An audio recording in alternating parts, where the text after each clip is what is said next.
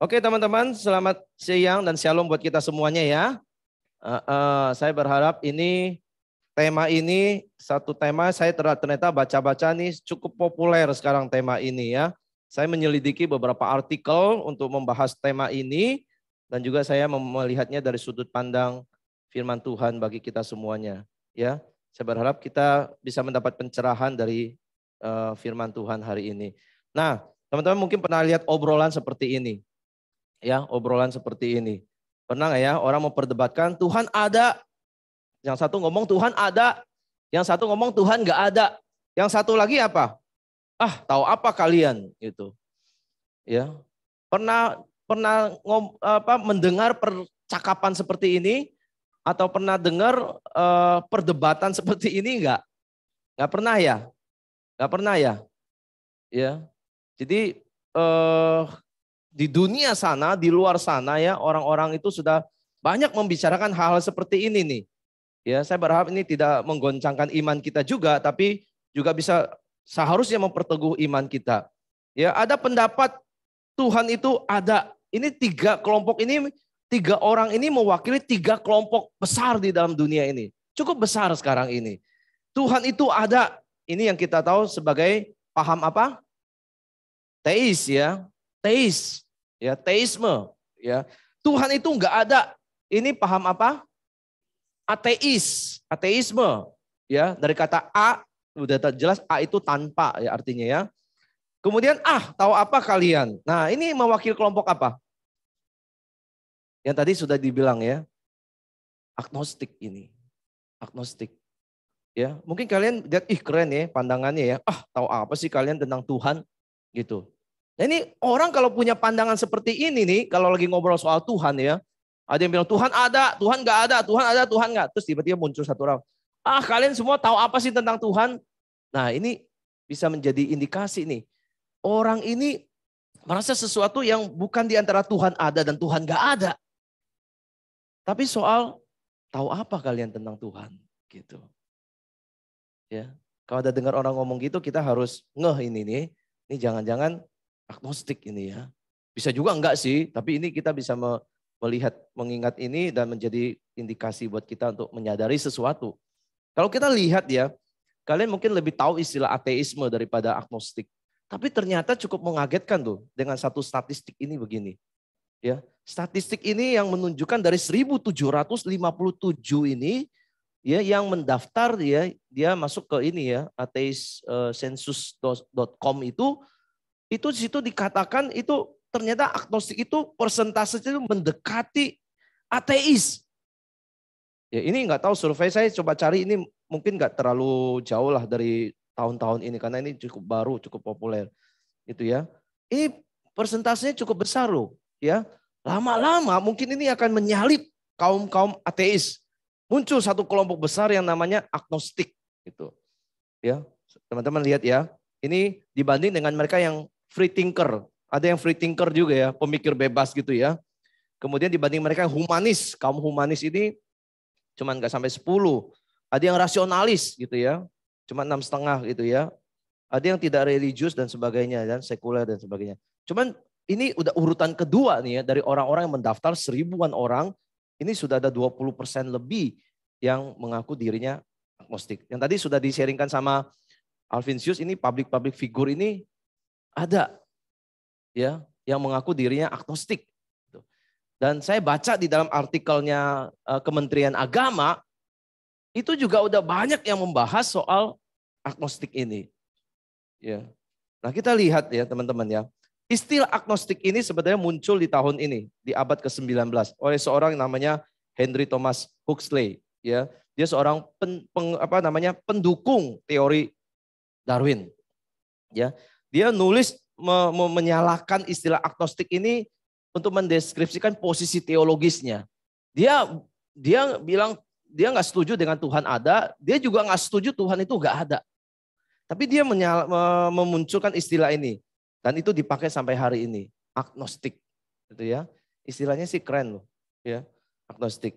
Ya, nah ini artinya gini, agnostik itu a itu tanpa atau tidak, gnosis itu dari bahasa Yunani semuanya ya, yang artinya tidak mengetahui atau tidak punya pengetahuan tentang Tuhan.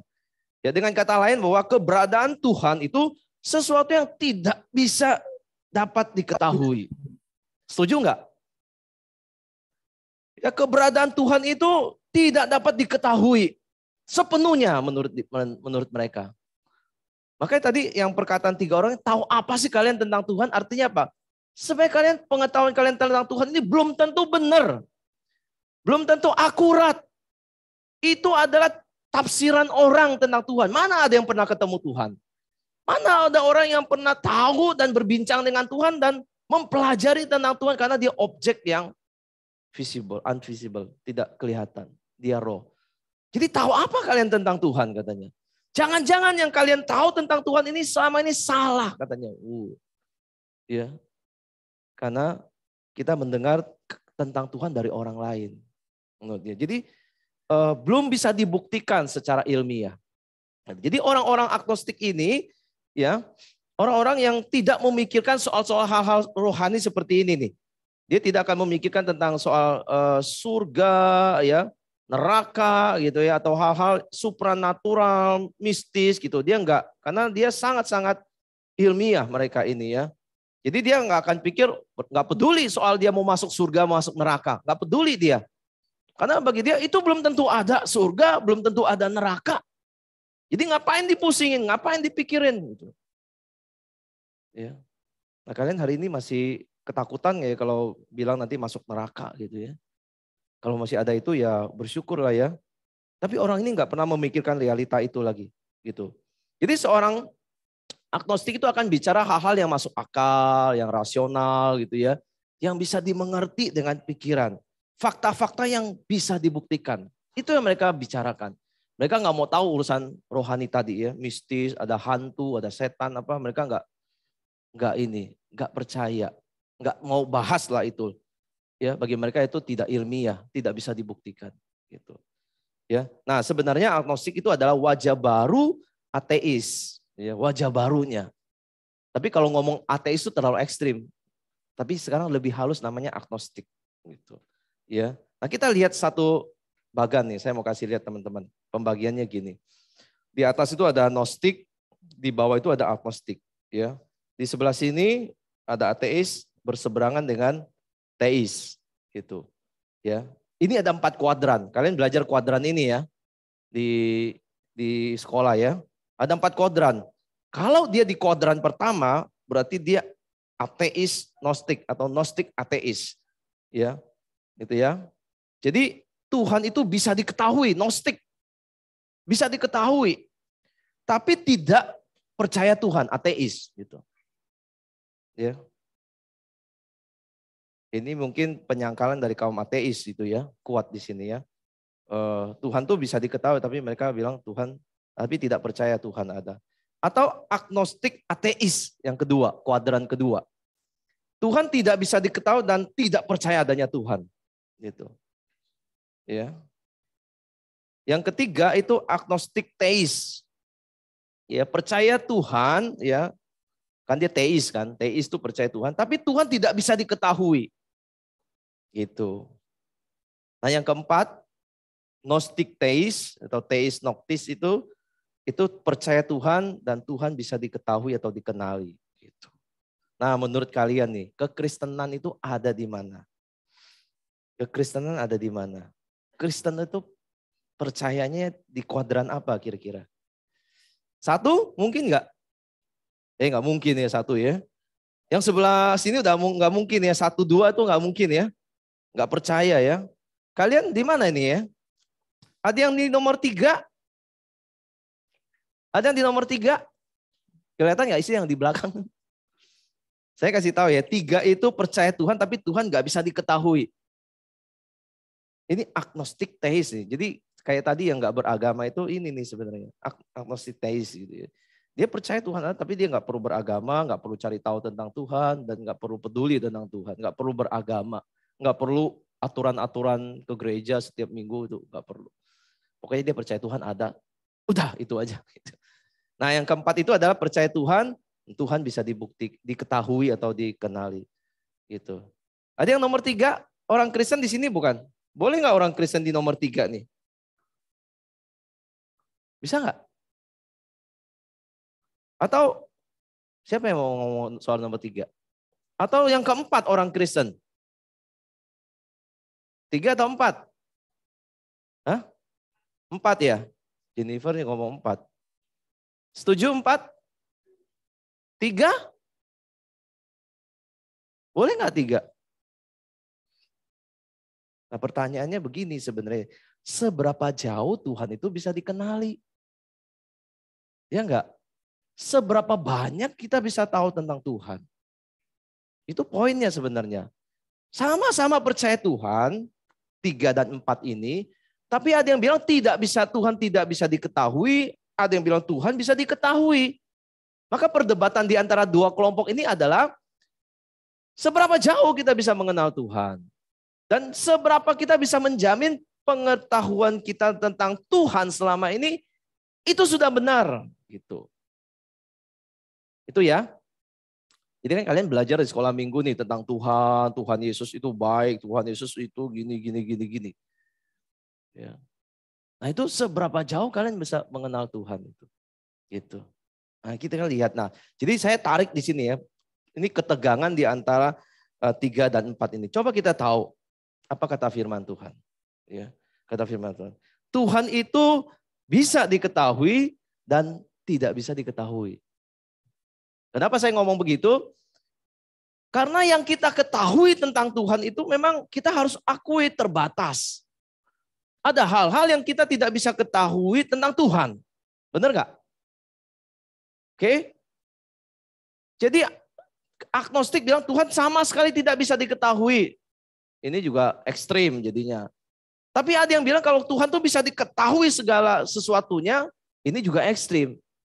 Orang Kristen tidak ekstrim harusnya. Kita harus mengakui bahwa memang ada hal yang kita bisa ketahui dari Tuhan, ada hal yang kita tidak bisa ketahui tentang Tuhan. Teman-teman setuju ini ya? Ya kita nggak bisa tahu wujudnya, wajahnya Tuhan kayak apa, karena dia kan dikatakan roh. Nanti ketemu Tuhan kayak apa? Tuhan Yesus yang kalian tahu dari sekolah minggu dengan gambar itu belum tentu benar. Itu hanya gambar yang digambar oleh orang barat, ya, wajah-wajahnya ke barat-baratan, rambutnya kayak kuning-kuning atau coklat-coklat itu. Itu bukan Tuhan yang asli wajahnya, hanya orang bilang mendekati ya, it's okay aja. Nah di dalam prinsip Ulangan 29 ayat 29 ada ngomong begini teman-teman. Hal-hal yang tersembunyi ialah bagi Tuhan Allah kita, tetapi hal-hal yang dinyatakan ialah bagi kita dan bagi anak-anak kita sampai selama-lamanya. Jadi ada dua hal prinsip di dalam Ulangan 29 ayat 29 ini. Ada hal-hal yang dinyatakan, ada hal-hal yang tidak dinyatakan atau tersembunyi. Ini kita harus tahu fenomena di dalam dunia ini tidak bisa kita ketahui semuanya. Karena ada hal yang memang Tuhan sembunyikan, ada hal yang Tuhan buka buat kita. Gitu. Ya, ini prinsipnya ya. Jadi ya, nah apa yang hal Tuhan bukakan bagi kita? Coba kita lihat. Di dalam, teman-teman bisa buka Alkitab ya. Mazmur 19 ayat 1 sampai 11. Coba lihat. Ya. Kita lihat apa yang Tuhan singkapkan sih sehingga kita bisa kenal Tuhan. Dan apa yang masih tersembunyi bagi Tuhan. Ya tersembunyi bagi kita juga. Ya Tuhan sembunyikan artinya. Kita lihat Mazmur 19 ayat 1 sampai 9. Teman-teman bisa buka ya. Oke. Nah, coba ya, bisa bacakan buat saya beberapa ayat. Ya. Ada mic ya, yang sudah buka Alkitab. Nah, bacakan biar harus pakai mic karena teman-teman kita di rumah bisa mendengarkan dengan baik. Yang pegang mic siapa yang pegang mic? Fiandi udah pegang ya?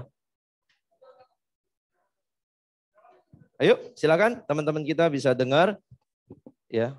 Dari ayat berapa itu? Oke, Mazmur 19 ayat 1 sampai 9 ya.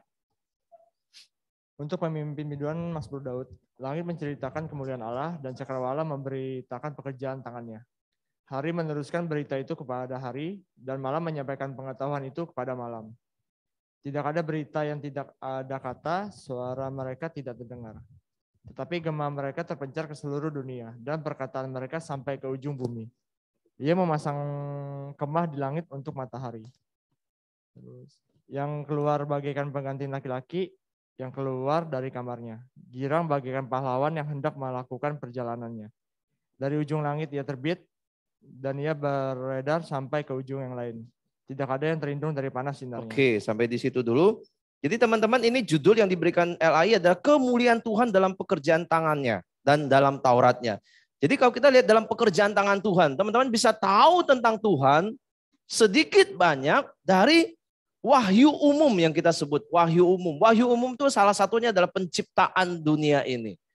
Ya, ada cakrawala, ada langit di situ sama ya. Ada siang malam disebutkan di dalam Mazmur ini.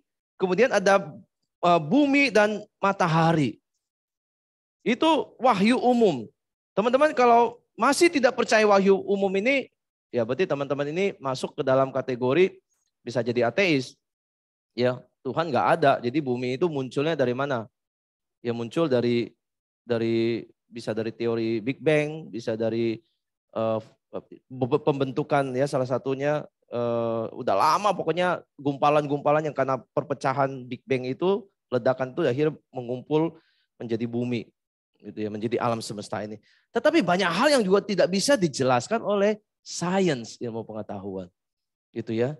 Jadi ini wahyu umum penciptaan, Alkitab sendiri sudah katakan ini bumi, langit dan bumi ini alam semesta diciptakan oleh Tuhan. Jadi ini sebuah pernyataan diri Tuhan itu ada. Bisa diketahui. Dan kalau kita lihat semua ciptaan ini kita bisa mengagumi Tuhan kan mestinya kan. Keindahan cakrawala di situ ya. Ya, siang malam, matahari dan bumi. Nggak usah jauh-jauh teman-teman. Teman-teman kalau bisa mengagumi diri kalian sendiri ya, ciptaan Tuhan tuh, kalian bisa mengerti nggak sih bagaimana proses manusia itu bisa terbentuk di dalam rahim seorang ibu hanya dengan pertemuan sperma dan telur. Lalu di dalam 9 bulan ini dari yang telur dan sperma itu terjadi pembuahan dan sampai akhirnya muncul seorang manusia. Ya, yang otaknya itu begitu rumit sekali. Dan dia bisa menggerakkan semuanya di dalam seluruh pergerakan kita. Ya, mimik wajah kita, senyum kita, gerak-gerik kita, semuanya itu sangat-sangat sulit untuk dijelaskan. Gitu ya. Dan itu keagungan, kebesaran di dalam ciptaan Tuhan itu. Dan kalau kita bertanya, siapa yang menciptakan ini? Itu. Ya, itu adalah Tuhan. Ya kan? Tuhan. Ini wahyu umum. Jadi Tuhan bisa diketahui nggak? Bisa. Kita tahu dari mana? Dari penciptaan ini kita tahu Tuhan. Paling tidak kita tahu Tuhan Maha Kuasa, Tuhan begitu hebat, Tuhan begitu mulia, Tuhan begitu berhikmat. Gitu ya. Dan dari wahyu yang khusus itu ya. Ada yang umum, ada yang khusus. Yang khusus itu adalah dari Taurat Tuhan nih. Kalau kita bacakan ayat lanjutannya itu. Ya, siapa yang bisa baca nih? Yang punya mic? Yang wanita boleh baca nih, ayat 7 nih. Silakan. Michelle ya, ada pegang mic. Bacakan Michelle. Ayat 7. Taurat Tuhan itu sempurna, menyegarkan jiwa. Peraturan Tuhan itu teguh, memberikan hikmat kepada orang yang tak berpengalaman. Titah Tuhan itu tepat, menyukakan hati, perintah Tuhan itu murni, membuat mata bercahaya. Takut akan Tuhan itu suci, tetapi ada untuk selamanya. Hukum-hukum Tuhan itu benar, adil semuanya. Lebih indah daripada emas, bahkan daripada banyak emas tua, dan lebih manis daripada madu, bahkan daripada madu tetesan dari sarang lebah. Oke, jadi keindahan kemuliaan Tuhan terlihat dari tadi ya, soal penciptaan dan sekarang di dalam Taurat Tuhan, di dalam Alkitab. Gitu ya. Jadi wahyu khusus yang kita mengerti adalah tentang firman Tuhan atau Taurat Tuhan yang kita terima, kita bisa kenal Tuhan. Jadi Alkitab yang kita punya ini, kita bisa belajar tentang Tuhan. Tapi sekali lagi, kita tidak bisa tahu tentang semua hal tentang Tuhan. Ya, Alkitab juga terbatas di dalam menuliskan semua tentang Tuhan. Gitu ya. Dan Tuhan Yesus yang lahir di dalam dunia pun, ya murid-murid Tuhan pun belum mengenal semua tentang Tuhan Yesus. 3,5 tahun dia lahir di dalam dunia ini, berinteraksi, melatih murid-muridnya, menjadi seorang pelayan, menjadi rasul. Mereka pun belum sampai sepenuhnya mengerti tentang Tuhan Yesus. Meskipun ada di depan mata. Makanya saya tanya nih, kalau kamu punya teman aja ya, sudah bersahabat misalnya dari TK, ini ada nggak yang temannya dari TK sampai sekarang ini? Saya yakin kalian tahu banyak tentang teman kalian, tapi ada bagian yang juga kalian belum tahu tentang dia. Kita itu mengenal orang itu pun itu terbatas di dalam pengetahuan kita. Yang sudah menikah deh, ya 10 tahun, 20 tahun, 25 tahun, sampai 50 tahun. Masih ada yang mengatakan saya masih harus terus belajar mengenal pasangan saya. Yang udah pacaran 10 tahun pun harus mengakui saya masih belum tahu banyak tentang pasangan saya. Jadi kita aja mau mengenal sesuatu, kalau kita mau mengenal benda, ya benda mungkin lebih gampang diteliti karena dia objek. Tapi kalau teman-teman mau meneliti pribadi manusia, mengenal jiwanya, mengenal pikirannya, mustahil kita bisa mengenal dia 100%. Gitu. Mustahil. Apalagi kalau kita bicara soal Tuhan ya. Mau mengetahui tentang Tuhan itu mustahil kita bisa tahu tentang semuanya. Ya. Tetapi Yohanes 20 ayat 31 menulis begini yang sangat indah. Semua yang dicatat di sini di dalam kitab suci kita. Ya, ini handphone isinya Alkitab. Supaya semua yang tercantum di sini telah dicatat. Kata Yohanes ya. Dicatat supaya kamu percaya. Artinya itu enough, cukup. Untuk kamu bisa percaya bahwa ada Yesus, ada Mesias. Yesuslah Mesias anak Allah. Dan supaya kamu oleh imanmu memperoleh hidup dalam namanya. Jadi sekali lagi ya, kalau kalian menganggap kitab suci kita, Alkitab kita bercerita tentang Tuhan sepenuhnya, enggak. Alkitab itu hanya mencatat yang perlu dan cukup untuk dicatat. Dan itu merupakan bukti yang cukup untuk kita bisa percaya Tuhan itu ada. Dan Yesus itu adalah diutus Allah menjadi juru selamat kita. Gitu. Ya, kita sebetulnya manusia nggak perlu info tentang seorang juga sepenuhnya sih, nggak perlu. Untuk apa? Ya, itu. Sampai mati pun saya pasti nggak bisa mengenal pasangan saya, istri saya ya. Bahkan sampai hari terakhir saya menutup mata pun saya pasti masih ada hal yang belum saya kenali. Karena memang mengenali jiwa orang itu nggak gampang. Jiwa itu nggak gampang. Jadi kalau jiwa orang itu sudah punya masalah ya teman-teman ya. Itu nggak gampang diselesaikan. Ya. Kalau udah problemnya psikis, jiwa gitu ya. Berurusan dengan manusia itu rumit sekali. Nggak segampang itu untuk menyelesaikannya. Itu hanya manusia, apalagi soal Tuhan sekali lagi. Ya. Jadi ini kita harus akui. Karena apa? Karena Tuhan pun tahu sebetulnya Tuhan tidak menyatakan semuanya kepada kita karena kapasitas kita menerimanya. Kapasitas kita menerimanya. Teman-teman pernah gak sih khotbah ya, dengar khotbah ya, teman-teman dengar simak dari awal sampai akhir 30 menit. Kalian dengar loh di sini, pasang kuping baik-baik, dengar baik-baik. Setelah dengar 30 menit, maka saya tanya, tadi dengarnya apa? Kamu bisa gak ceritain dari A sampai Z lagi gitu? Pasti gak bisa. Kapasitas kita menerima itu mungkin hanya yang nyantol aja di kepala kita akan masuk. Tapi semuanya persis itu nggak mungkin sama. Nah inilah kapasitas otak kita. Ya, menerima satu berita aja kita nggak bisa full terimanya. Dengerin pelajaran di sekolah aja kalian ya. Dari A sampai Z guru masuk, nerangin sampai keluar guru udah keluar selesai. Kalian nangkap berapa persen sih? Coba. Nangkap pelajaran berapa persen sih dari sekolah? Sekolah di Zoom kayak gini nih ya. Berapa persen yang bisa ditangkap? Ya. Saya yakin orang jenius pun nggak akan bisa mengulangi persis seperti kata gurunya. Dia bisa mengingat sampai titik komanya bisa diingat dengan baik. Saya belum pernah lihat ada orang seperti itu. Dia akan mengerti mungkin prinsipnya, cara jalannya, tapi dia tidak akan bisa menghafal persis sama. Jadi otak kita itu terbatas sekali ya untuk itu. Nah teman-teman, agnostik masa kini yang kita harus sadari begini. Yang saya temukan di dalam artikel Kementerian Agama, ini merupakan gaya hidup masa kini. Ya, ngomongnya begini, I am an agnostic now. Sorry, I am not into about religion. Saya seorang agnostik. Sorry, saya nggak mau terlibat di dalam hal-hal yang berkaitan dengan religion, agama. Jadi orang agnostik kayak gini sekarang. Ya. Sampai kayak begini mereka ini. Kenapa teman-teman sekalian orang bisa mengklaim dirinya itu agnostik sekarang? Kenapa? Apa karena Tuhan gak bisa diketahui? Ini menurut saya sedikit mengeneralisasi gitu ya. Masa sih Tuhan gak bisa Tuhan tidak menyatakan diri. Kita lihat Tuhan menyatakan dirinya lewat alam ciptaan, lewat Alkitab juga buat kita. Ya. Jadi apa yang mereka tolak sebenarnya orang-orang agnostik itu, yaitu mereka adalah menolak agama. Yang pertama mereka menolak agama. Agama itu dianggap jadul dan mengecewakan. Kenapa? Karena dilihat gini loh, orang-orang beragama itu belum benar hidupnya. Yang mereka lihat tuh, lihat ya, coba lihat nih orang yang beragama coba. Ada yang jadi teroris, ada yang kekerasan gitu ya. Ada yang munafik, coba. Jadi dia menganggap agama itu salah. Boleh gak sih kita menyimpulkan kalau ada orang beragama jahat lalu kita bilang agama itu gak baik? Boleh gak sih? Ya.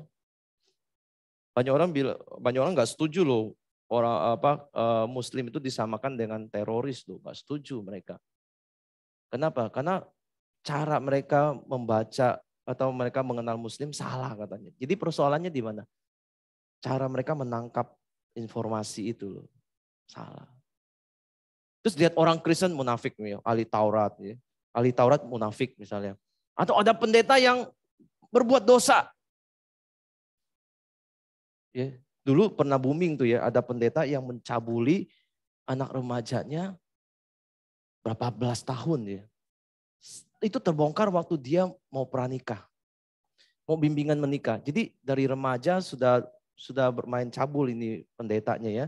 Bermain cabul, lalu begitu anak perempuan ini mau menikah, dia bilang, saya nggak mau diberkati sama pendeta itu. Kenapa sih nggak mau? Diselidiki, dibongkar-bongkar, ternyata dia mengalami pelecehan seksual oleh pendetanya.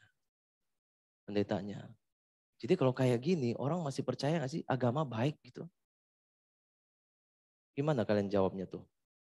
Akhirnya bilang, saya nggak mau beragama. Saya lebih baik saya percaya Tuhan, tapi saya buang agamanya. Tapi saya percaya Tuhan. Gitu.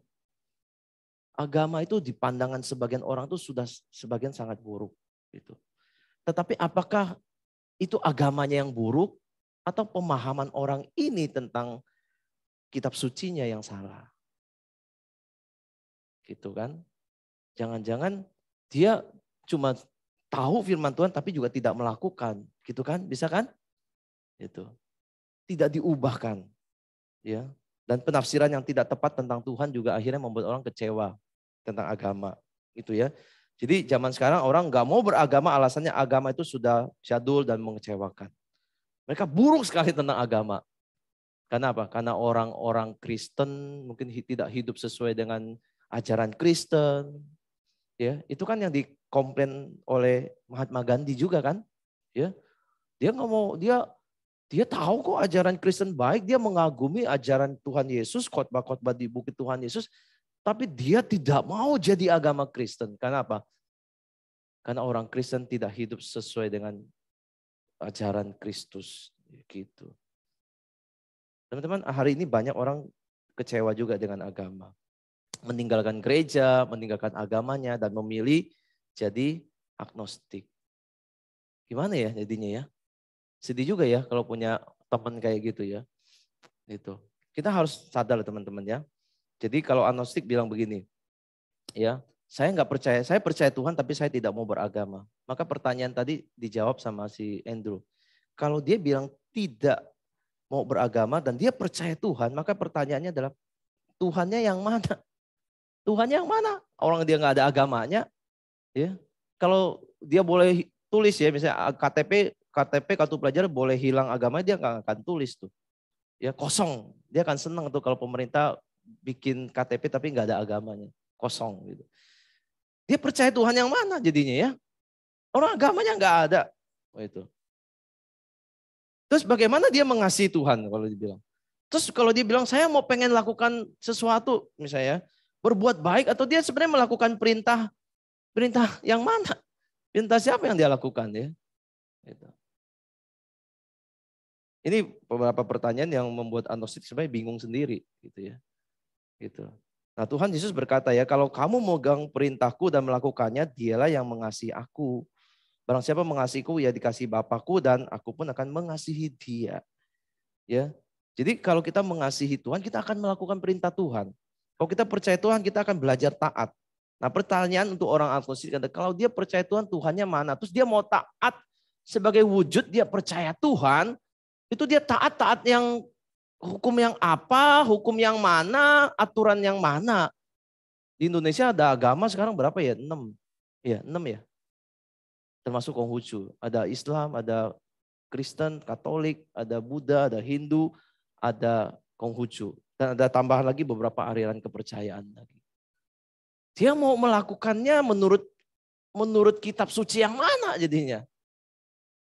Gitu kan? Kalau dia bilang saya pilih kitab suci Weda misalnya. Benar sih kitab suci apa itu? Hah? Hindu kayaknya. Tapi dia nggak mau agama gitu kan? Jadi ini sangat-sangat ada yang ini ya, ada yang nggak masuk akal juga ya dari orang agnostik. Kita akan lihat beberapa nih, gitu. Jadi bagaimana kita menyikapi orang-orang agnostik ini sebenarnya? Ya, yang pertama kita memang harus memahami cara pikir mereka dan tidak boleh menghakimi mereka, gitu loh. Jadi soal pandangan mereka agama buruk itu, ya kita harus terima. Kita harus terima. Memang ada orang-orang Kristen yang percaya Tuhan, tapi di luar sana masih jahat hidupnya. Masih menyontek. Ya, masih membuli orang. Ngakunya tiap minggu ke gereja, ke youth misalnya begini. Tapi nanti besok ujian nyontek dia. Ya, dibagi-bagiin jawabannya ke orang lain misalnya. Gitu. Nah, teman-teman jangan melihat ini sebagai oke, mereka kalau ngomong begitu, iya itu fakta, kita harus terima itu. Jangan kita bilang, bukan, gini-gini, nggak ada itu. Nggak. Kita memang masih terbuka ke orang agnostik bilang gini, coba lihat tuh teman kamu yang agama Kristen tuh. Kita mungkin harus mengiyakan mereka, iya. Tetapi jangan lupa, tuh jadi orang Kristen tuh bukan jadi malaikat.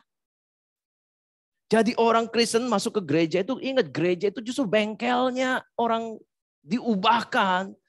Jadi kalau dia ke gereja jangan berpandangan dia akan keluar dari gereja besok langsung berubah jadi orang baik. Enggak ada. Tuhan tuh datang justru mencari orang berdosa kata Tuhan. Orang berdosa yang dibawa ke dalam kerajaan Allah, lalu disitulah ada transformasi hidup. Gitu. Ya. Kita harus terima pandangan agnostik, tapi kita harus kasih tahu bahwa yang di dalam gereja itu mereka sedang di dalam proses itu. Enggak langsung kayak sulap berubah. Mereka sedang di dalam proses. Bisa jatuh bangun? Iya. Iya. Tapi bukan berarti enggak ada perubahan. Coba lihat orang-orang yang lain. Ya, jangan coba lihat dia doang yang jatuh dalam dosa. Coba lihat yang lain. Ada yang sudah dibaptis begitu giat ke gereja kok. Giat melayani, dia salah, dia ngaku salah. Dia belajar untuk berhenti, untuk tidak nyontek lagi. Dia berhenti untuk enggak kata-kata kotor lagi. Dia berjuang untuk itu. Oke, dia berjuang untuk itu.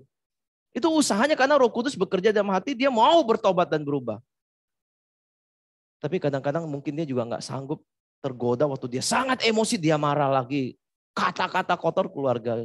Itu bisa terjadi. Dan itu Tuhan tahu kelemahan kita itu. Jadi ikut Tuhan itu bukan jadi sempurna, tapi kita akan menjalani proses itu. Ya, itu soal agama. Kemudian gini, yang kedua, ya kita perlu menjelaskan begini ya kepada orang agnostik itu ya.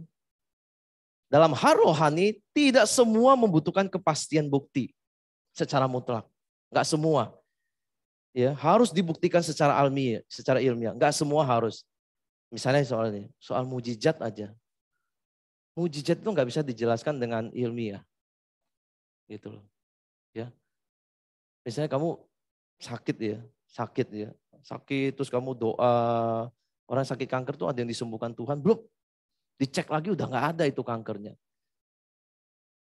Tapi dokter bilang sebelumnya ada ini. Tumornya atau kansernya ada. Tapi begitu dicek. Besoknya lagi setelah doa hilang. Terus ada satu pendeta perempuan ya kan kena kanker juga ya. Dia semua organ tubuh yang penting-penting ini sudah diangkat. Ya, rahimnya diangkat, ada ginjalnya ada yang sudah diangkat, hatinya ada yang sudah diangkat. Tapi masih hidup sampai hari ini. Seorang pendeta perempuan. Bagaimana menjelaskan ini? Kehilangan 6 organ penting kalau saya dibilang. Di dalam tubuhnya, tapi dia masih bisa hidup sampai hari ini. Bagaimana menjelaskannya? Kalau bukan ada kuasa Tuhan karena dia seorang pendeta yang giat melayani, Ada yang ditopang begitu, itu ilmiah nggak bisa dijelaskan.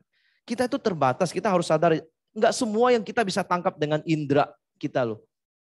Harus menuntut semua bisa dijelaskan, semua bisa dibuktikan. Itu kadang-kadang kita membutuhkan iman untuk percaya hal itu.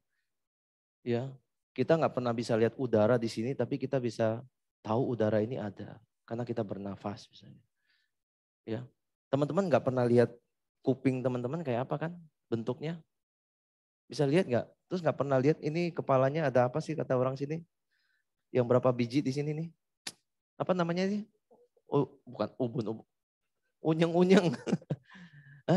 Kita hanya bisa raba, oh ini ada saya punya unyeng. Tapi kita nggak pernah lihat. Kita cuma tahu kita meraba, kita punya kuping, tapi kita nggak pernah lihat kuping kita kan? Bentuknya apa nih, kiri kanan simetri apa enggak ya? Gitu loh. Jadi enggak semua bisa ditangkap dengan indera dan kita bisa mengerti. Ada yang harus kita percaya itu memang ada dan itu kita bisa tahu sampai di situ aja gitu. Ya. Nah, itu orang agnostik harus terbuka dengan hal-hal kayak gitu. Yang ketiga, gini. Menunjukkan bahwa orang agnostik itu seringkali tidak konsisten dengan agnostisismenya gitu. Sering mereka nggak konsisten. Kenapa maksudnya? Maksudnya gitu, mereka anggap pandangan mereka benar, ya, meskipun mereka nggak punya bukti. Tapi dia anggap agama itu salah, itu pun nggak ada bukti.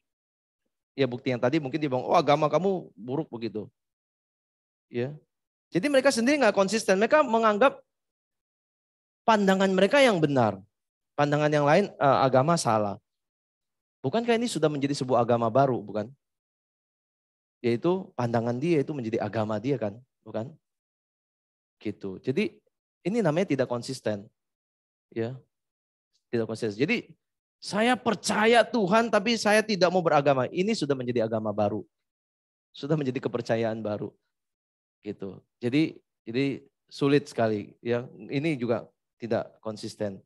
Jadi teman-teman, kita sebagai orang Kristen, ya, kita harus tahu bahwa Tuhan itu, kalau dia bilang Tuhan gak bisa diketahui, tidak.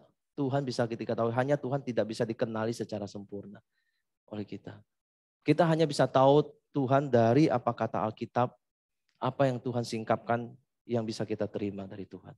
Kita tidak bisa menuntut diri, saya harus pahami Tuhan dulu, baru saya mau percaya Tuhan. Gitu. Gak bisa. Gak bisa. Ya. Iman itu berjalan beriringan bersama dengan Tuhan. Gitu. Teman-teman kalau pilih pasangan hidup ya, pilih pacar. Teman-teman tidak akan kenal dia semuanya dulu baru terima dia jadi pacar. Ya kan? Teman-teman akan berjalan bersama dengan dia, sambil mengenal dia, sambil baru tahu dia itu seperti apa. Itu pun sekali lagi tidak 100%. Gitu. Ya. Jadi jangan berpikir sempit, mari kita berpikir dengan luas gitu ya, dengan apa yang Tuhan singkapkan bagi kita percaya Tuhan dan itu cukup untuk kita belajar beriman kepada Tuhan. Itu. Oke? Ya. Jadi ini yang saya mau kalian bisa diskusikan sebentar. Ya. Kita tutup dulu di dalam doa, nanti kita akan coba diskusikan.